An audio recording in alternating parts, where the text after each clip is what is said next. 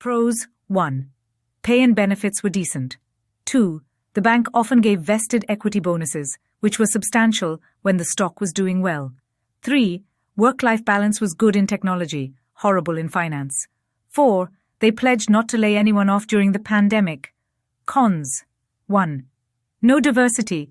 Bank of America prides itself on being diverse and inclusive.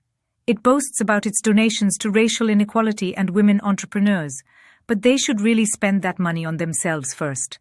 I worked on 3 tech teams and 2 finance teams, and I was frequently the only woman on the team. Every woman on all of those teams has since left. Furthermore, the teams were entirely Caucasian and Asian. This is not diversity. 2. Creepy co-workers.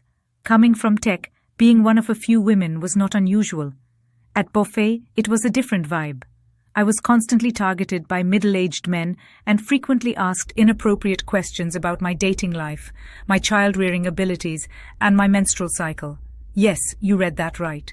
I took 3 days off a few times to visit a sick relative in nearby state, and a colleague asked if I was out because of my period. Despite reporting this, the same creepy questioning continued. 3. Bad managers. While I did have 2 decent managers, the rest were comically bad. One jokingly called me his secretary and would assign admin tasks like making a holiday video for the team, then was shocked when I left for a much more technical role. The other was a micromanager with a total lack of empathy and who was unable to give clear instructions and would yell at the top of his lungs.